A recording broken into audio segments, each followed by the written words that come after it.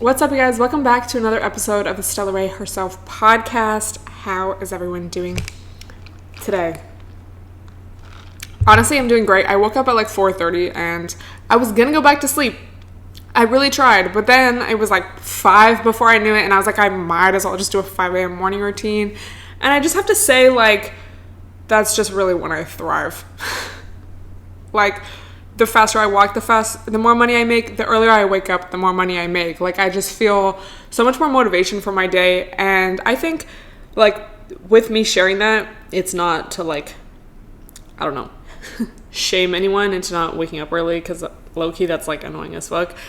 But I think, like, everyone has their own time at when they're going to be the most productive or when they just feel the best. You know, for a lot of people, I feel like their most creative hours or their most productive hours are like really late at night, or maybe for some people it's like in the afternoon or whatever.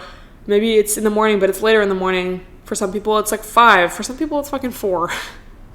But I just feel like it's like with that I want to say, find what time works the best for you, because I know what time works for me and I feel good, so you find your time.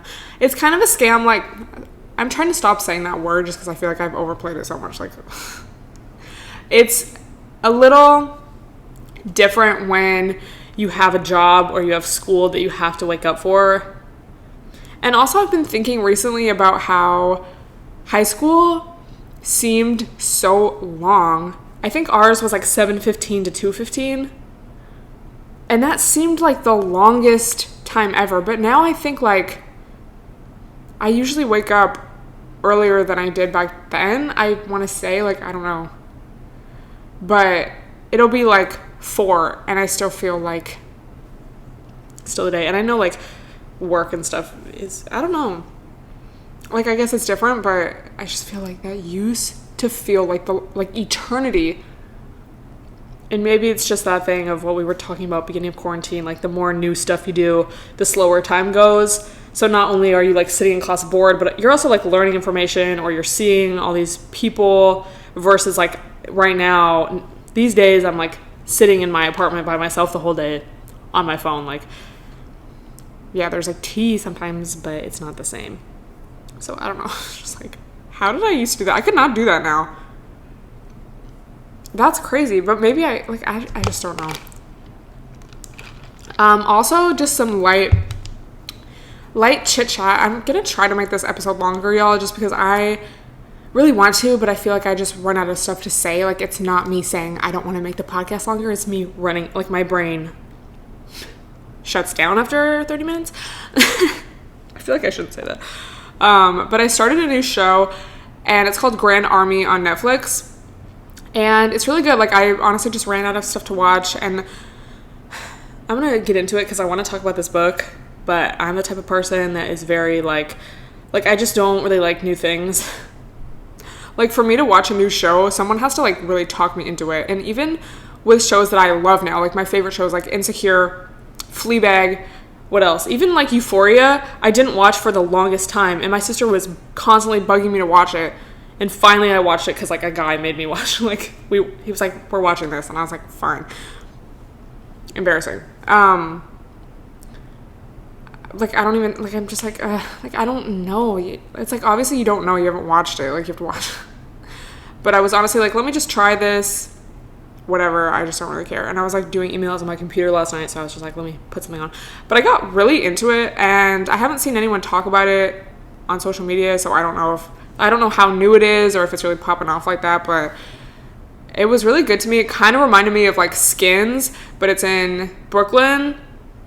Almost like a Skins Euphoria, just in the sense of, like, it's high school kids and they're, like, just going through shit and, like, drinking and doing drugs, and, like, they have their crushes, they're having sex, you know, it's, like, that kind of vibe, which, y'all know me, I love, like, a realistic vibe. I like to watch stuff that's about, like, real life. I think that's why I love, like, I don't know, I love Breaking Bad, because it's, like, about real people, or, like, Insecure. Like, I love relationship dynamics and, like, people figuring out their lives and people coming into themselves, and, like, yeah, like Euphoria was so good, not only because of the production and everything, but just like it's like relatable. Like I just like that. Y'all know me. I'm not like a fantasy person. Again, we're gonna get into it because I was reading this astrology book and I was like, it just makes, if astrology's not real, why is it real? But if you've watched it, let me know. Also, who watched Skins UK? I never watched the US one, but who watched Skins UK back in the day? I think like kind of beginning of quarantine, I rewatched a couple episodes of the second generation. So like with Effie and Freddie, the whole gang. Like that, it was honestly a little triggering to watch just because I remember watching it, I think, very beginning of high school and middle school, I think. And I feel like that was just a really hard time for me. And like in the show, they're just going through a lot, especially towards the end. So it's kind of like, fuck. Trigger warning. But yeah, we love a new show. I just love a show about like life. I don't want to like, I don't know, like a lot of people have been talking about Lovecraft Country recently. So I started to watch it. I think I like skipped around. Like I started like at the current episode, not of this week, but like when I started it. It wasn't from the beginning. Then I went back from the beginning, watched a couple episodes. And it's like I like it, but it's just like the episode I really liked was like historical and it was about real events. I'm like, oh my God, this is so good. Because it's a really good show. But then I'm like, fuck, it's so hard for me to get into something that has like a little bit of, I want to say fantasy, but I guess it's fantasy, like magic, or like, it's just so much harder for me to get into. And I wish that wasn't the case, but let me know if you guys watch that too. What are y'all watching? Like, I'm like, I just want to watch Jersey Shore. It's just about real life. No. Also, the amount of people that have been messaging me, like, I started rewatching it or watching it because I heard you talk about it. I'm like, thank you. Now I'm like watching the clips on YouTube of like when they're grown up. Hilarious. But yeah, let me know if you guys have watched any of that. But I think I'm on like the 3rd or 4th episode of Grand Army. The title kind of throws me off too. It makes me think of like a war show. It's like about kids in high school, like drinking, like, and also it's kind of cool because it's like, I guess high schoolers now, I guess it is in 2020, but like pre-pandemic.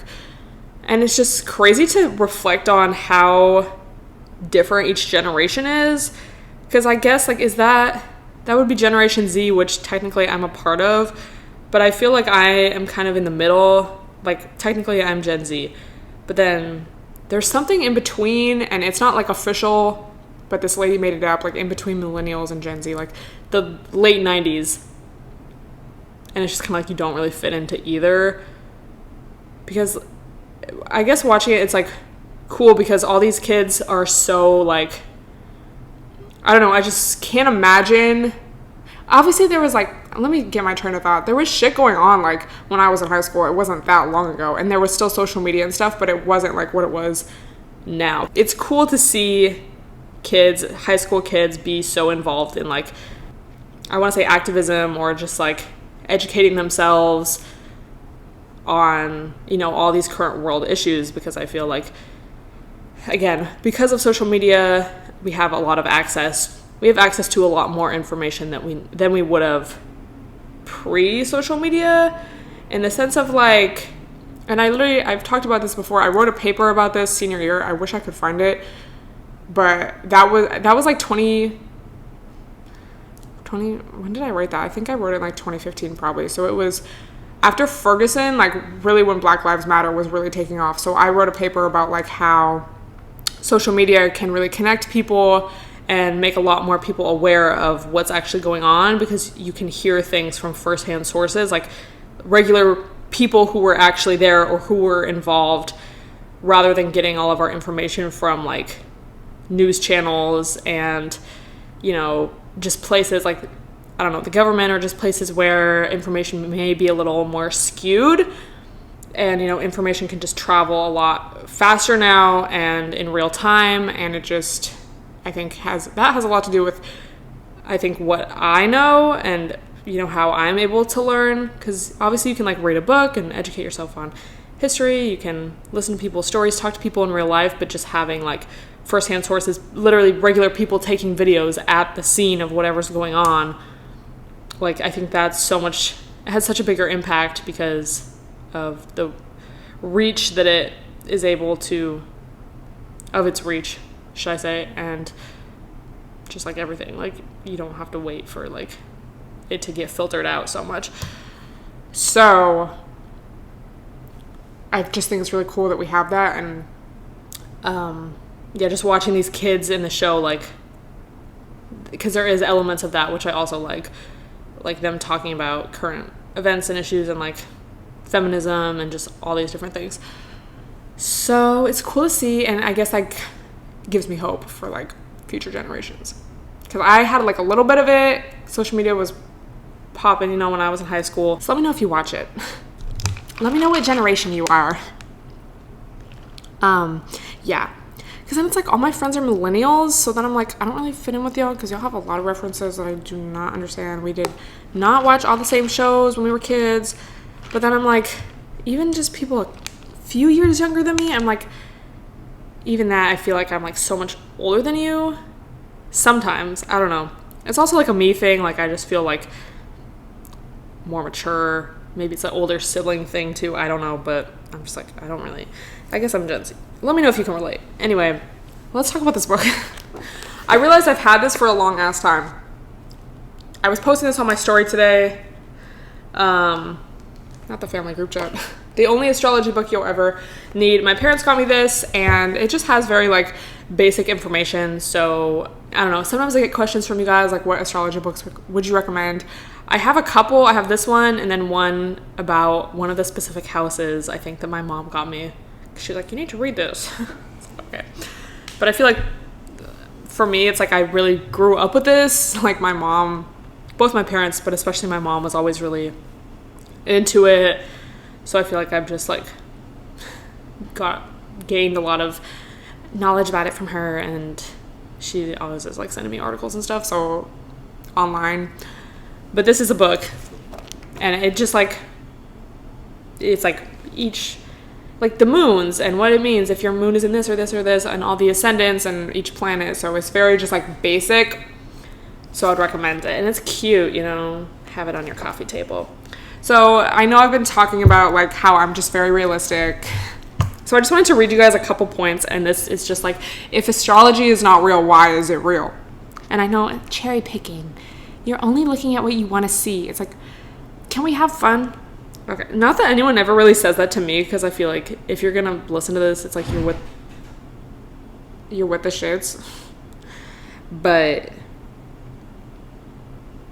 people are annoying. Bros are annoying. Wait, it was so funny. I was like, literally, this is me. Your immediate reaction. So this is my moon in Virgo. If you're a moon in Virgo, let me know. You are meticulous in sifting through information, and you tend to question whatever is told to you.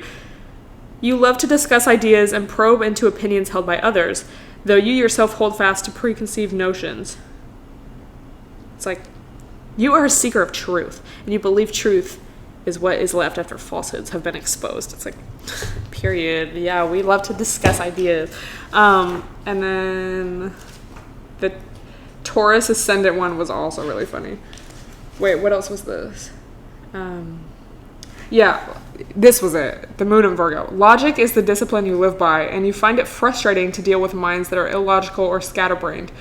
You think such people belong in Disneyland, not in the real world. And then the Taurus ascendant, which if you know anything about Tauruses, like, their planet is Venus. So, you know, love, beauty, like, I want to say almost like sensuality. Like, you just want to eat and like chill. Like, I think of Trisha Paytas, you know, like her mukbangs, like, and like a lavish lifestyle, but like comfortable. Like, I don't know, wealth and material possessions. It's not like a random reference. So I'm like, this is just funny because it's in my videos all the time. Like, I'm always like, I need to break out of my routine. Like, I always want to do the same thing over and over because it's what I know, it's what I'm used to. So this says, like, Taurus rising people are quite set. You are quite set in your ways. though it's not always apparent at first. It's the little clues that give you away. You may eat the same breakfast day in and day out. If you're fond of a particular color, you may use it repeatedly in your clothes and throughout your house. Doing things the same way you've always done them gives you a sense of stability, and this is a fundamental need. Like, I just think it's funny when people are so skeptical. Again, it's usually always bros. Have some lulls in your life, like have some enjoyment, but they don't believe, and then you like tell them and they're like, oh my god, like you tell them about their chart or whatever and they're like, oh my god, like literally.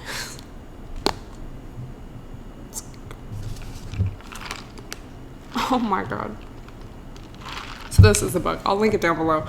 But yeah, the only astrology book you'll ever need. It's like, do you really need this? No, because you can look it up, but do we really need books for anything? Anyway, we have some topics today. I saw a tweet. It's always I saw a tweet. I saw a fucking tweet, y'all, that this guy tweeted, not my family talking about astrology in the family group chat. This guy tweeted, y'all ever notice how women with quote unquote standards are always single? And then this girl said, you're not saying what you think you're saying. So let's just dive in and discuss this topic. So if you're saying women with standards are always single, that means that women with no standards are not single, so they're in a relationship. So if they don't have standards, they're just like putting up with bullshit for the sake of the relationship, which is the root of our downfall. Yeah, again, I feel like we always kind of talk about this subject in every episode, but I feel like it just never gets old to me. And I was kind of reflecting on this earlier today because I was kind of like lightly planning what I wanted to talk about. You know, I just kind of like write down one bullet point and go from there. But I think it's so fascinating to me because the more I learn about relationships, relationship models, patriarchy, themes in patriarchy, feminism, what people think feminism is, or what people think, you know, the quest for equality is, the more I just apply it, I guess, to my life and situations I've been in, and then the more I'm able to peep it when I am having interactions in my day-to-day life or in relationships or whatever. And, you know, on one hand, I'm glad. On the other hand, it's kind of annoying because I feel like, you know, ignorance is really bliss. Like, I wish I could just not know anything and just be in a relationship and just accept that and put up with bullshit and just be a traditional woman. I know I'm in too deep now. I can never go back. It's like, damn, I wish I could just not know enough to put up with a little bullshit just to have a little boyfriend, you know, just a little. I just can't. Like, oh my God, no, I see the bullshit. Like, it's just, but I mean, that's kind of a joke, you know, obviously knowledge is power. And the more you're able to peep, not even just the basics of patriarchy and whatnot, but even going a little deeper, once you're able to peep the signs of manipulation or of sociopaths or, you know, just these red flags that do exist in relationships, particularly with cishet men, the sooner you're able to exit the situation and not get yourself into something that is not ultimately going to benefit you, to say it lightly, or to harm you, or whatever. So I found some articles. Oh my God. Wait. So, well, first I found this article because I was just kind of trying to find things about marriage and about, you know, equality.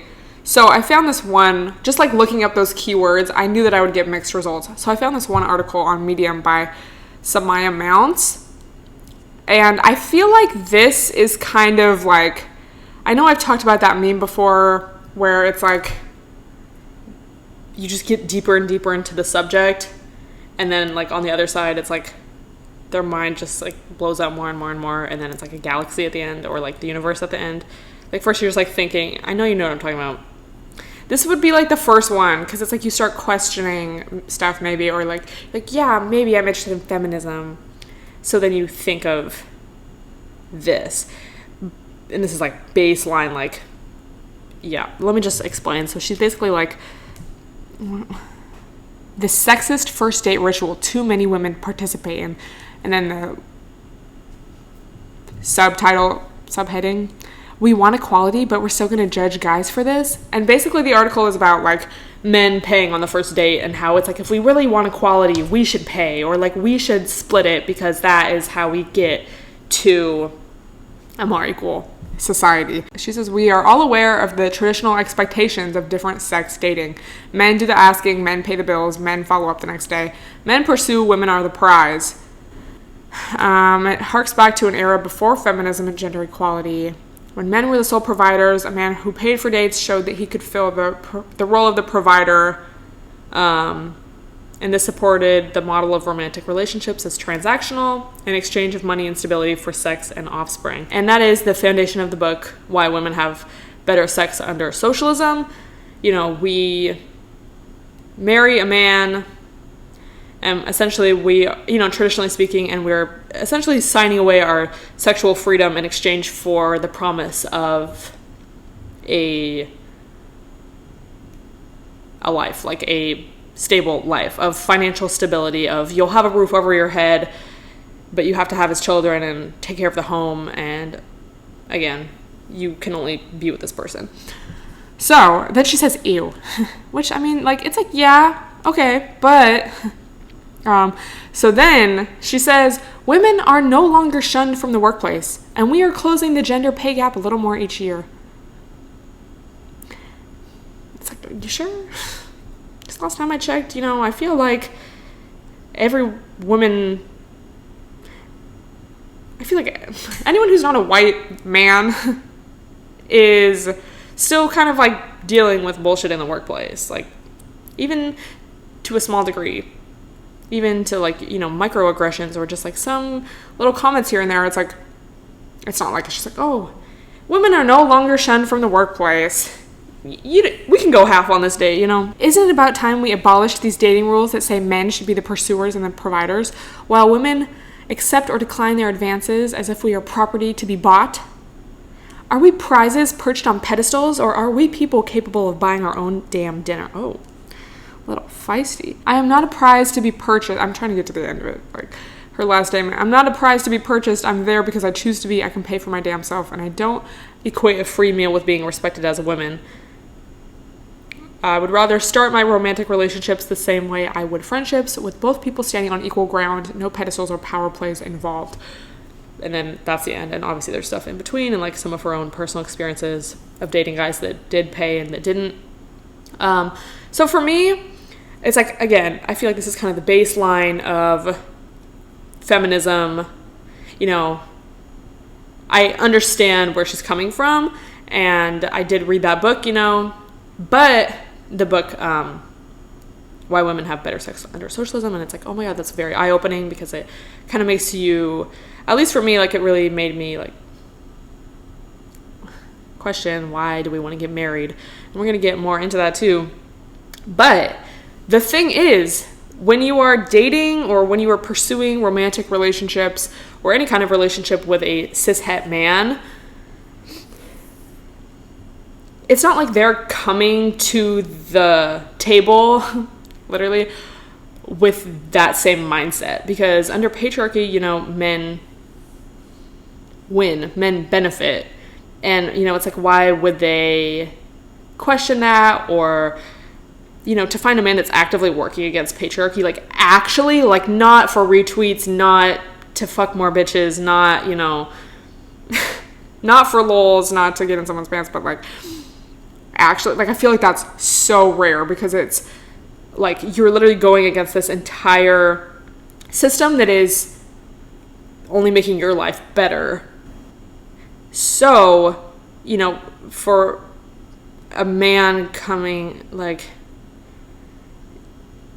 and I feel like for a lot of guys, they don't even want to respect you to begin with. So to take it to this extreme of like we're equals, it's like we're actually not, because literally the foundation of this society is built on basically racism and patriarchy. And for you to just assume that like a man is going to not only like respect you as a person, because I'm sure you guys have seen the TikToks that related to the real life of like I just saw this TikTok once and this girl was like, do you ever think about like how every man just assumes you're stupid? It's like, oh my God, literally. And they're like, wow. Like once you like say something, they're like, wow, like you're actually so smart. Like, not all men, but you know what I mean? Like that's just like something we have to deal with. And it's just regular. Like that's not even crazy. That's just like regular. So it's like, I feel like the least you can do is pay for the fucking dinner. Why? Like, you know, like I know you're taking me on this date because you want to have sex with me, essentially. And, you know, there's still an orgasm gap. I found a fucking statistic, y'all. Let's find it. This is from 538. This is from 2015. In 2009, the National Survey of Sexual Health and Behavior asked about 1,900 U.S. adults ages 18 to 59 about their most recent sexual experience. 91% of men said they climaxed during their last sexual encounter, compared with 64% of women. And I can literally tell you, like, on this hand, how many times I have, you know? Like, during an experience with a man. Like, so you're telling me we aren't going to orgasm, we get paid less, we have to deal with bullshit, and you want to talk about, I can pay for my own self. Like, go ahead. But at the end of the day, I feel like so many guys, you know, obviously there's like guys that are nice, guys that really want to date you, whatever. But I feel like so many guys just want to see, like, what's the least I can do to get in this girl's pants. And I want to say this lightly. One time a bro said to me, guys are going to, it was like a friend, like guys are going to treat you how you allow them to treat you. And I say that, like, take that with a grain of salt, because I don't want people to like apply that to abusive situations or, you know, like take that so lightly. I think of it as like you could apply that to a first date. Like if you meet a guy, he's like, let's hang out. You're like, okay, what's the plan? And he's like, come over. Or like, let's watch Netflix. Like, are you just going to say yeah? Or like, no. Like, no, you can take me out. And then he's like, oh, okay, I guess I have to try a little harder. And he's going to do what you say. Or like, oh, do I have to pay for this girl? Like, you're like, no, I'm going to pay for my own self. And I'm going to have sex with this guy afterwards because I want to. It's not about him. I want to. It's like, yeah, okay, but then I feel like in so many instances, it's like, you're still going to go home, or he's going to leave at the end of the night, whatever, and you're like, okay, well, I just spent money on dinner, and I just let this guy fuck, and I didn't even orgasm or really gain anything from it, and now I have to wait for him, like, now, okay, well, I'm going to be the one to hit him up because I don't, what did she say? Like, men don't have to only be the pursuers. I want to be a pursuer too. Like, I'm just not going to sit by. So it's just like, when you think about it from a guy's perspective, I feel like for a lot of guys, it's like, okay, well, great. I don't have to pay for this girl. She's just going to let me fuck. I don't have to, she's going to hit me up. Like, I don't have to do shit. And I can still, like, do whatever I want. Perfect. So it's like, I feel like have to look at it from all angles, because like in your mind, maybe you're telling yourself like, no, this is for me. Like, I want to do this because and it's like, if you feel good doing that, do your thing. But it's just like, couldn't be me. No, I've had too many, like, cause I've done that before. Like, I have been like, I'll pay for myself. Like, and obviously like sometimes there's, as much as I hate to admit it, sometimes there's situations where you're just like, yeah, whatever. But generally speaking, like, it's just like, no, I've learned my lesson. When have I ever paid for myself and like not regret?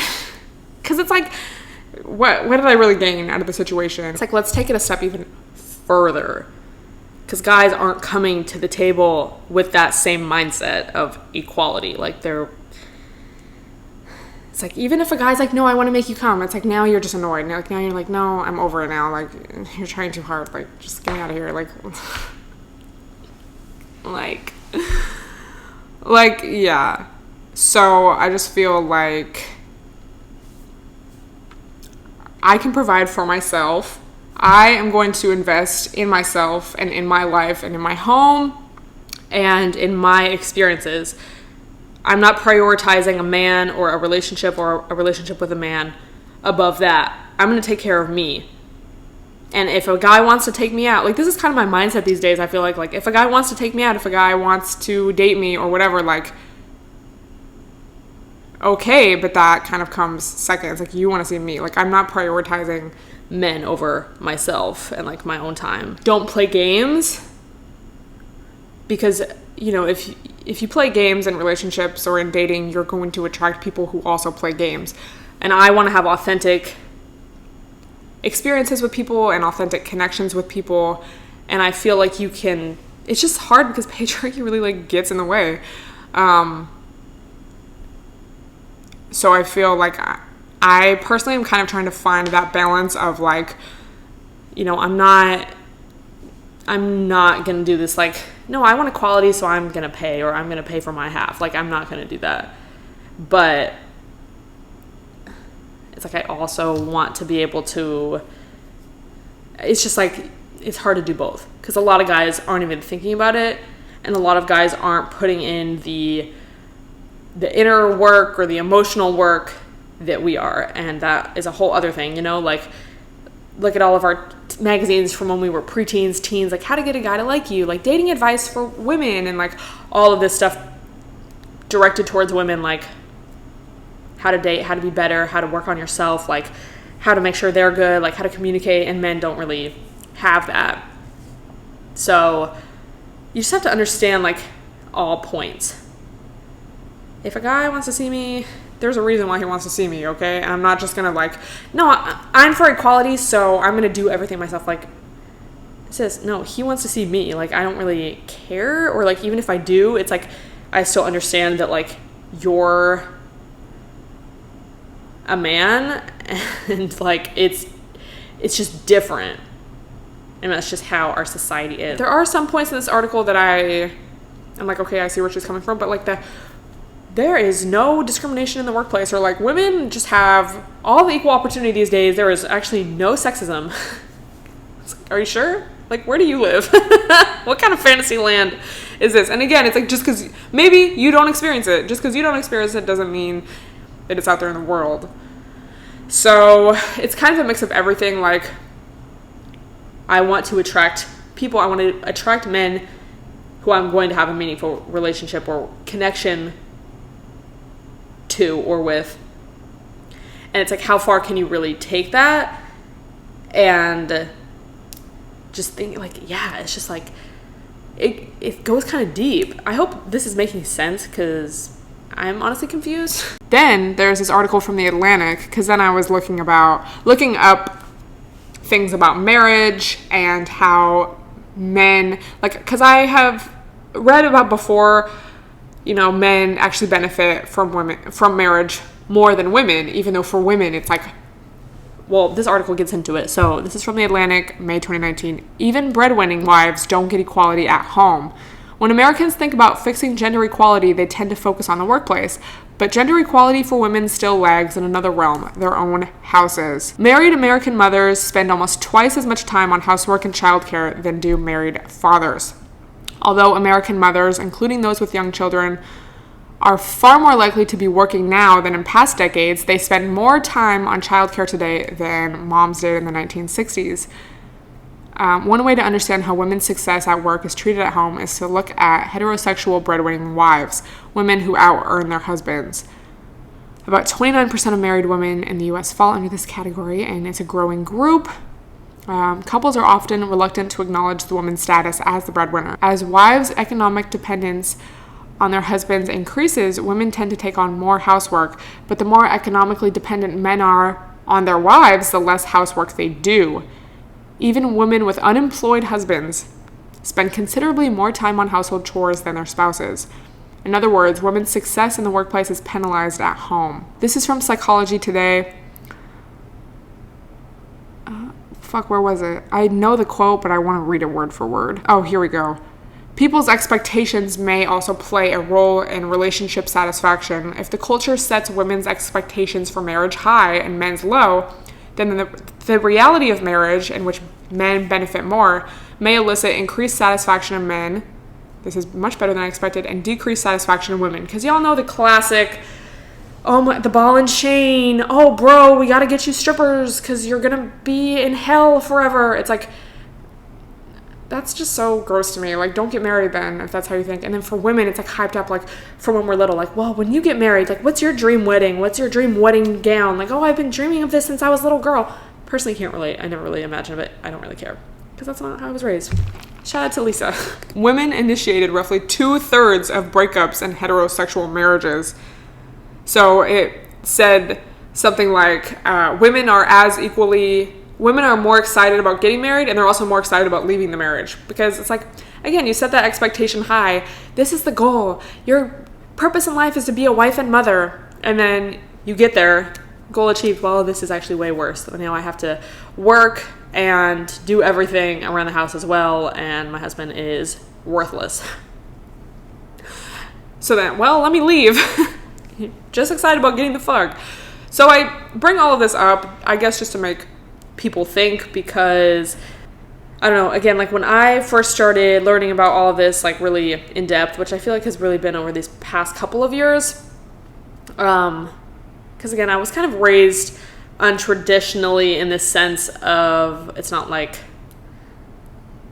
compared to other families around us, I feel like, so already it's not like my family was always like, I can't wait till you get married. Like, it wasn't like this whole big thing, but obviously still very regular in other aspects. Anyway, basically I just want people to think, like, I'm not saying if you get married, that's like the worst thing ever, or if you want to date men, that's the worst thing ever. No. But I guess just like making you think, making you like just go deeper, like really questioning why you want certain things. Maybe you already know what you want. I don't want this, bitch. Because so much, again, the theme of every fucking episode of this podcast, we are taught so many things that like are fake. Like, we don't actually have to do that. We don't have to get married. We don't have to have kids. We don't have to do any of this bullshit that's taught to us, like literally from birth. Disney movies, bitch. That's not to say you can't do it. It's not to say, oh, if you want to do that, there's something wrong with you, or you're giving in. It's like, no. But I think just thinking about it and making decisions based on what you actually want in your life, and not, you know, like doing what feels right for you rather than doing what society tells us or what your family tells you, what your peers around you are doing, you know. And I feel like, especially growing up, like I'm still young, but it's like I'm more at an age now, and I know it's just going to get more and more where it's like there are a lot of expectations as to starting a family, being in a relationship, having kids. Like, it's all more in my face now. For me, people around me, friends, even like people asking about friends, like, well, how old are they? You know, just little comments like that. Like, it's all part of it. So the more we can question it, and the more we can like really just ask ourselves, like, what do we want? Why am I doing this? Why do I feel like I want to pay half for this man? What is he doing for me? What am I gaining from the relationship? Like, oh, I just want to be nice. I just, I want to practice what I preach. It's like, are they, like, what are they asking themselves? Nothing. Well, how can I fuck the most easy? What's the least amount of money I can spend and still fuck? It's like, why would I put my little equality stance on this man who's just like, use your brain, people. Come on. So, yeah, like, I don't know. I don't have all the answers, obviously. Disclaimer, I'm a random bitch with random thoughts. But it's just stuff that I think about, and I'm just really curious, personally, to see how my life pans out. And that's kind of, like, scary to think about, but I'm just like, what is going to happen? Because I'm only going to keep learning shit. It's like, I really think Samantha Jones becomes my idol in life more and more. Like, she has her career. She ends up getting a dog. She ends up being like, I love myself the most. And genuinely lives that and believes that. Obviously, she's not, like, perfect. It's not like I actually idolize her, but just, like, that vibe. I'm, like, feeling that. And I think especially the pandemic, like, brings up a lot of that. And I guess, like, my quest, my personal own quest for, like, true independence and true self-love, like, really being okay with being alone. Because I feel like a lot of us have been faced with that over this past year. And it's like, how do we really come to terms with that? And I think someone asked a question last week, like, dying alone, what are your thoughts?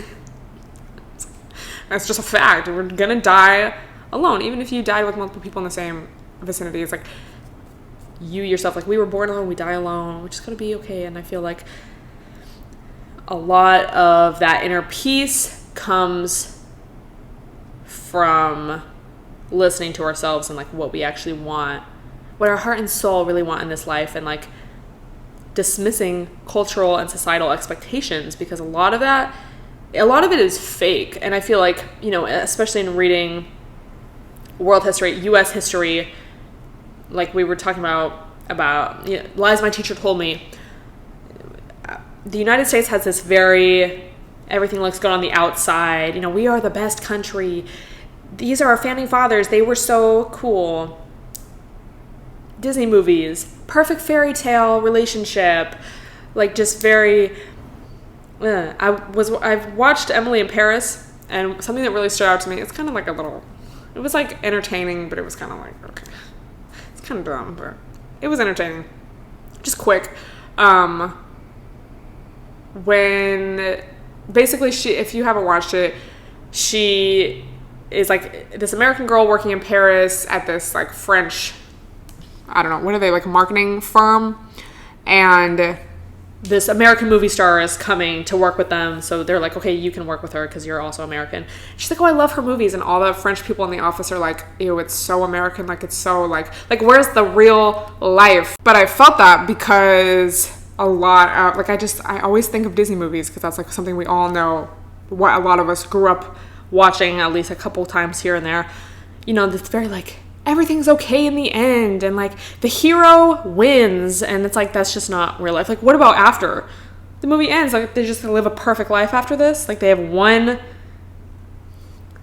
crazy event, one climax in their life, and then it's perfect from there? Like, that's not real. And just seeing in the show, like, all the people in her office, like, where's the real life in that? Like, real life is not like that. And that's just, it's like, wow. Like, the United States really biggest scam in history. They got a Gucci belt on, but they're a scammer, It's the United States. So question everything, bottom line. Like, I just feel like I feel like my goal is, like, peace of mind, like, inner peace, being okay, being alone. And I feel like if you can get that, it's like everything else is, like, fine. You can deal with anything because you trust yourself, you know yourself, know your worth. My actions been louder than my words. Can you shut the fuck up? And that is just so much more important than, like, a relationship, because it's like, again, it's not wrong if you want a relationship or if you feel lonely, it's not, but it's like asking yourself, why do I feel this way? What do I really want? Like, what about that is appealing to me? It's just ask yourself, what did the moon in Virgo say? We want information with a cause. I asked you guys to ask me. I followed Snooki on IG. Questions on IG are just, like, topics, so I'm just going to be going through a few of them. I like doing this just because I feel like it's an opportunity to really chat with you guys, and I love that. So, we have to talk about what Stella Ray's been thinking about this week, but then also, what do the people want? Let me see. Okay, what should I discuss this week? Also, how I was talking about feeling like I have my flow back, or, like, my groove back. I feel like a lot of that was, after being here for a couple years, then it's like, for me, it was like I started, like Instagram almost became more personal because it was like I was following people, like new friends I was making and people who I would meet out and like guys, and like I was like, ew, people are gonna see like me asking what should I talk about on my podcast, that's so embarrassing. And now I'm like, good, I want them to see it. Just like kind of noticing that in myself. I don't know if that's even relatable at all, but I just want to share. Okay.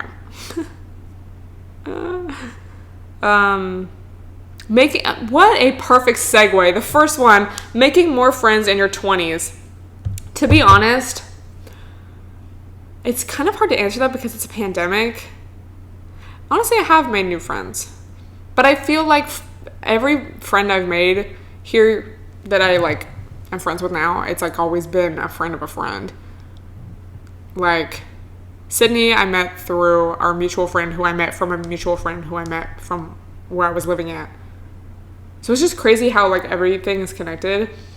And then a lot of my friends I've met through Sydney.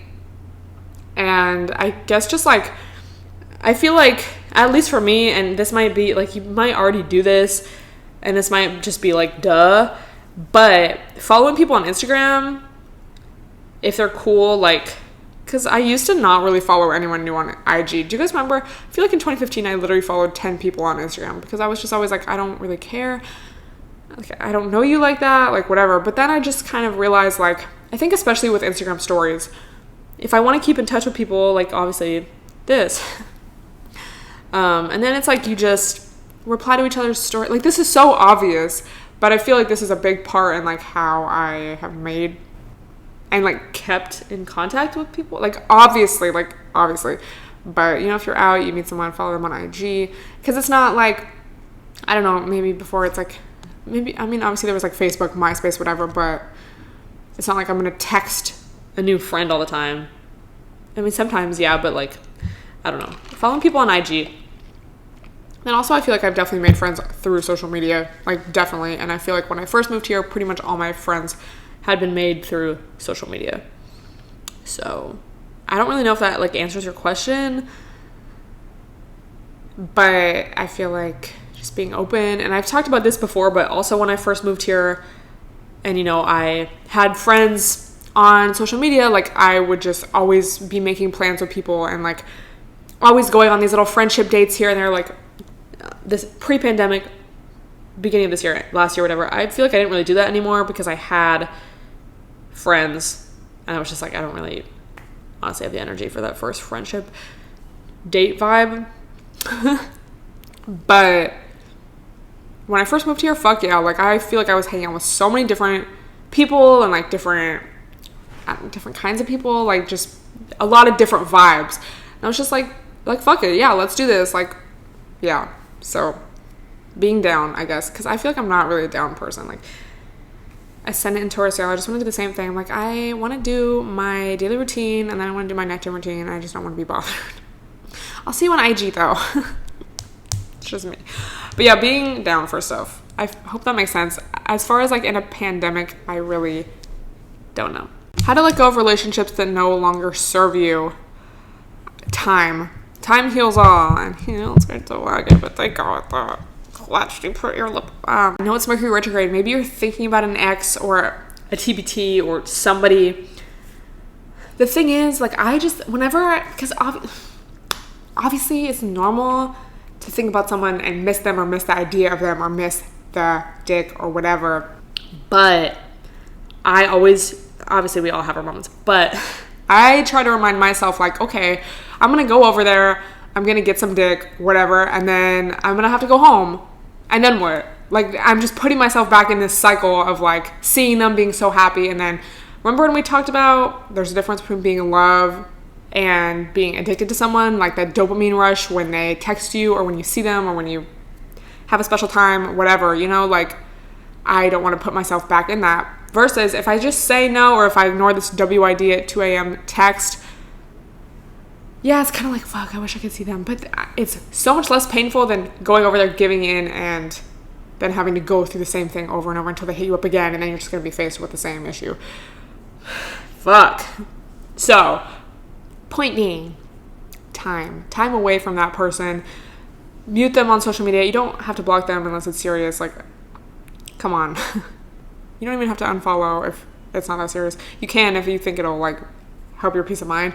But just muting them, deleting the text thread, deleting them from your FaceTime list, whatever, like distancing yourself, not seeing them. And also, especially when it comes to relationships, like dating or a BFGF, whatever, literally seeing other people. And that doesn't even necessarily mean hooking up with anyone, but even just, again, it's hard to answer this because it's a pandemic. But even just like going on Hinge and having some new convos and just realizing, and I know I've said this before, but just realizing that there's other people out there and other people that find you attractive and other people that would want to talk to you or even want to fuck you, whatever. It's like, oh, because I feel like, at least for me, like I know, and I again said this before, but I can get so almost like addicted to one person, and like everyone else is like invisible to me. Like I'm just like, I only want to talk to this person. Like I only want to see this person. And it can be so hard to get out of that. But then once I like, or when I was able to go out, I mean, you can like go to bars now, I guess, outdoor, and maybe someone will like make eye contact with you and you're like, facts.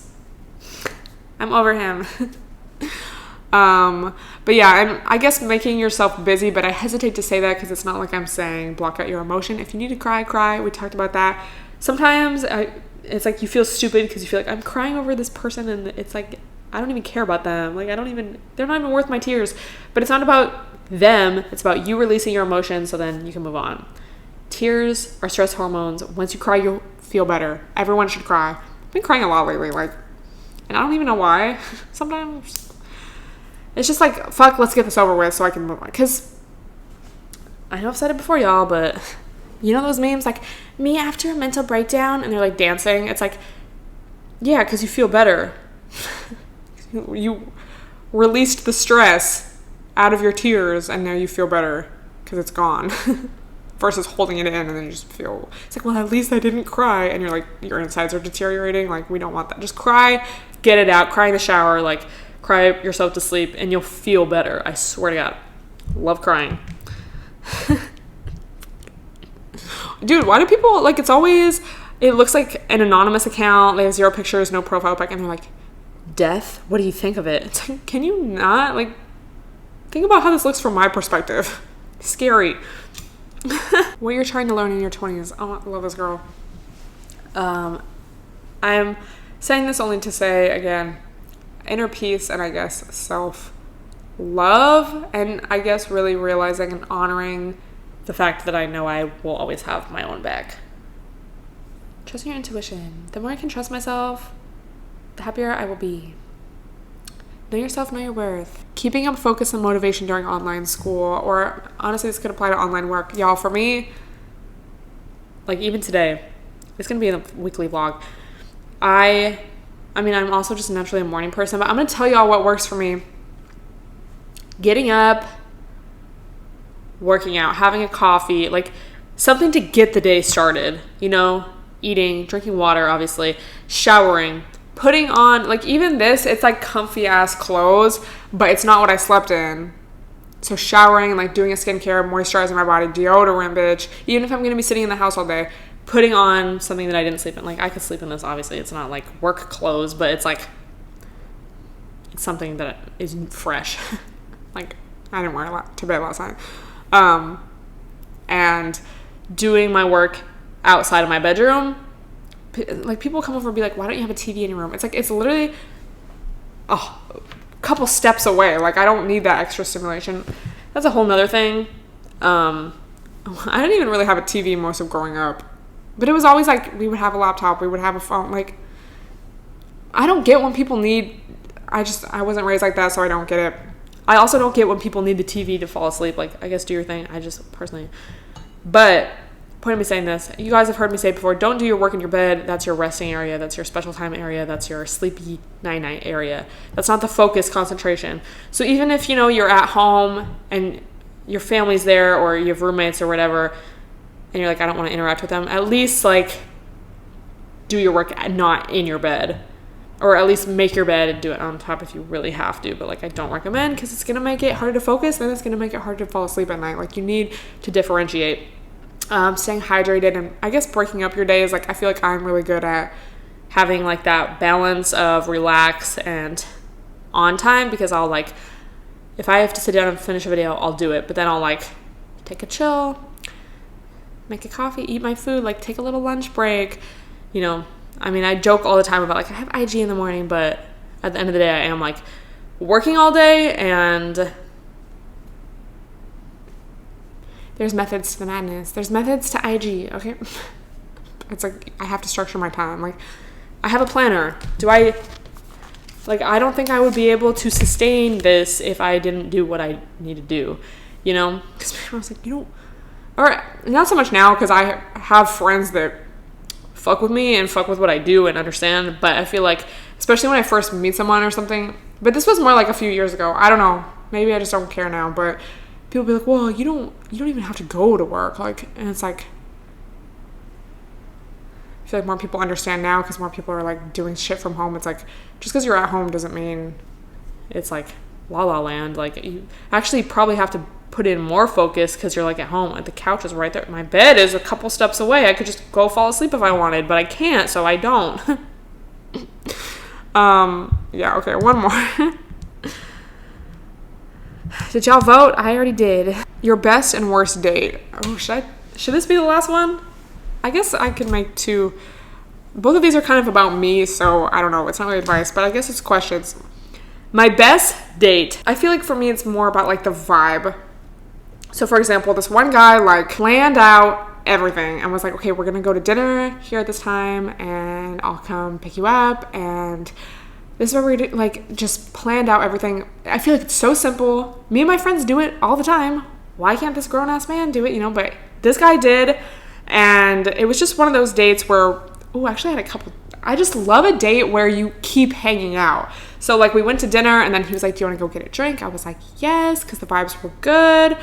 We went to this one place, had a drink. He was like, you want to go to this other place? I was like, yes.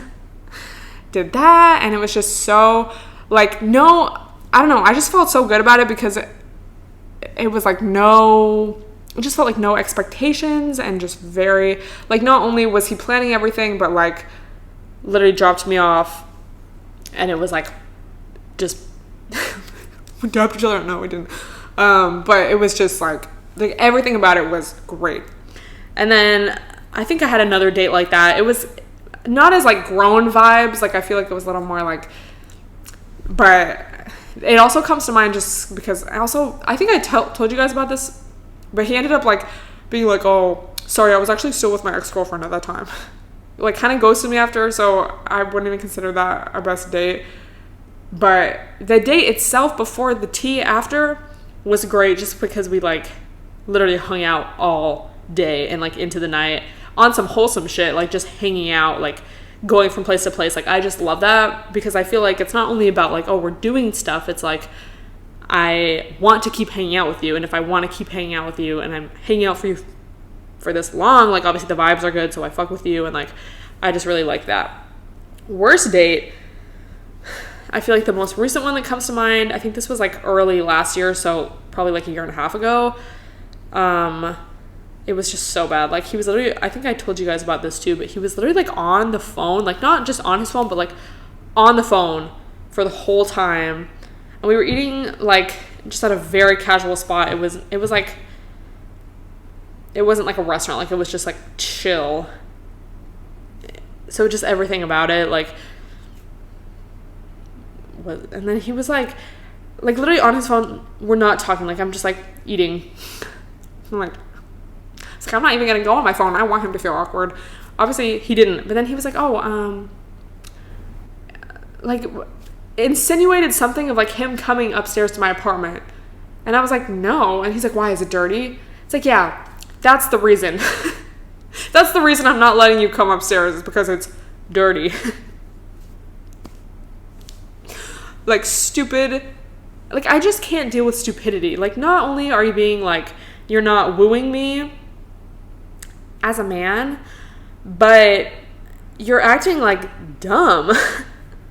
Because it's like, even if, like, it's just, I was gonna say, even if you were just like my friend, it's like, but it's like, that wouldn't be the same circumstance. But I mean, like, low-key, yeah, because even if it was a first friend date, not even with the going upstairs thing, but just being on the phone the whole time, like, if this is our first time hanging out and this is how you're acting, like, why would that ever give me a reason to ever want to be with you, be around you again, you know? All right, well, I guess that's gonna wrap everything up. I hope you guys enjoyed this podcast. Thank you so much for listening. Don't forget to tweet me a screenshot, IG story me a screenshot so I can repost, retweet. Let me know what you want me to talk about in next week's episode, and I will see you guys then. Love y'all.